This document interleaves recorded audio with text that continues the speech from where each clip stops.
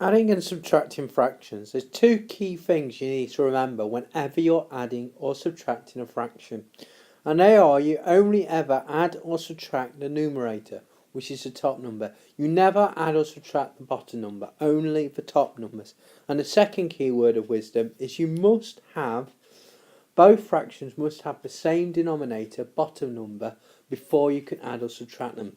And if you remember those two key rules, that you only ever add or subtract the top number, and that you must have the same denominator, you'll be absolutely fine when you're looking at adding and subtracting fractions. So, let's have a look at some examples of how to add and subtract fractions. This adding and subtracting fractions also relies on you knowing how to find equivalent fractions, which has been looked at on an earlier video. So the first example says 3/7 add 2/7.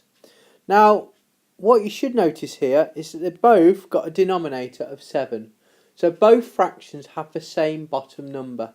So all we have to do here, because they're the same, is we just have to add the tops together. So 3 add 2, which makes 5/7. So 3/7 add 2/7 is equal to 5/7.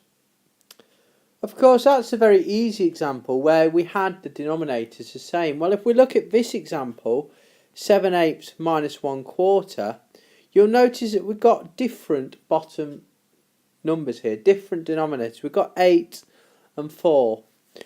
And we want to think, can we either make 7/8 into an equivalent fraction out of 4, or can we make 1/4 into an equivalent fraction out of in eighths? Well, we can't simplify 7/8 to something as a fraction out of a quarter. However, we can find an equivalent fraction for 1/4 in eighths. So 1/4 in eighths, remember what we do to the bottom we must do to the top. So 4 times 2 gives us 8. So we must times the top by 2. 1 times 2 is 2. Now, instead of writing 7/8 minus 1/4, we're going to write instead 7/8 minus 2/8, which gives us 5/8. Remember, you just subtract the top numbers.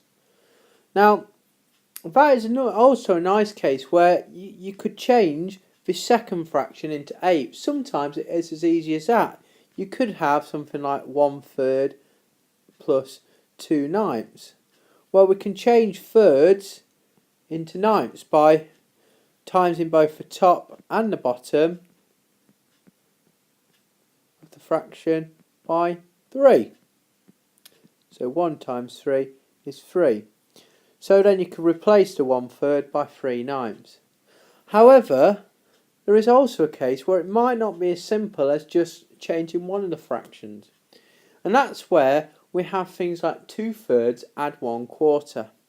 And in this example, we need to find a common value that both the denominator 3 and the denominator 4 go into. And this is called finding the lowest common denominator, which is exactly the same as finding the lowest common factor. So, we need to find the lowest common denominator of 3 and 4.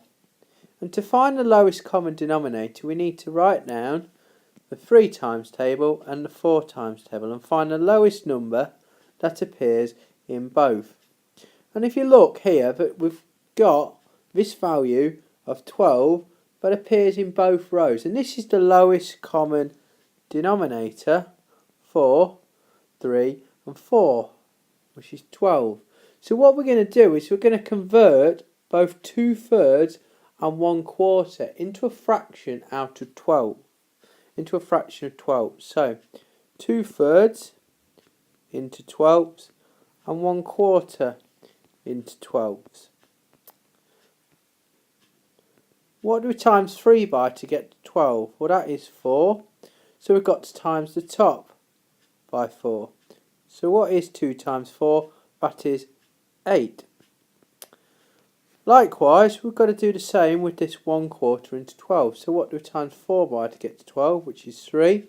So we're going to do the same with the top. And 1 times 3 is 3. So now we've got both here, 2/3 and 1/4 converted into an equivalent fraction as 12s.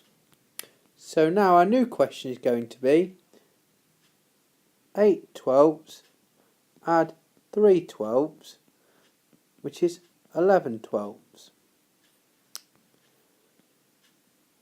Second example, remember the key words of wisdom that we need to have just to add or subtract the top number, and we need to have the same denominator.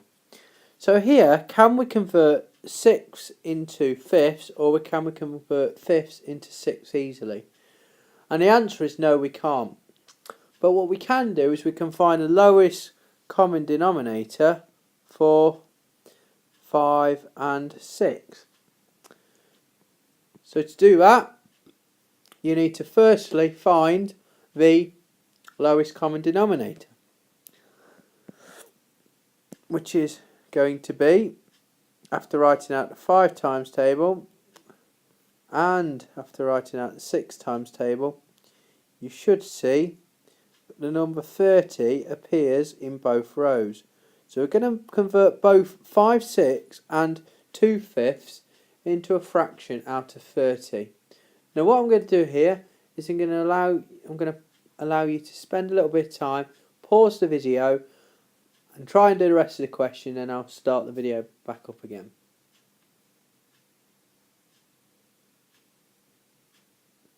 So hopefully what you've done is you converted 5 6 into a fraction out of 30 by multiplying both the top and the bottom of this fraction by 5, which will give us 25 over 30. And you should have hopefully done exactly the same with 2 fifths into a fraction out of 30.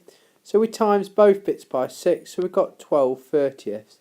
And finally, what hopefully you've done is you've done 25 over 30 minus 12 over 30 to give you the answer 13 over 30. And this is how you add or subtract fractions. But the real key thing is these 2 points at the top. You must make sure you only add or subtract the numerator, which is the top number, and you must ensure that you've always got both fractions have the same denominator. And to do that, you have to find the lowest common denominator for the two numbers.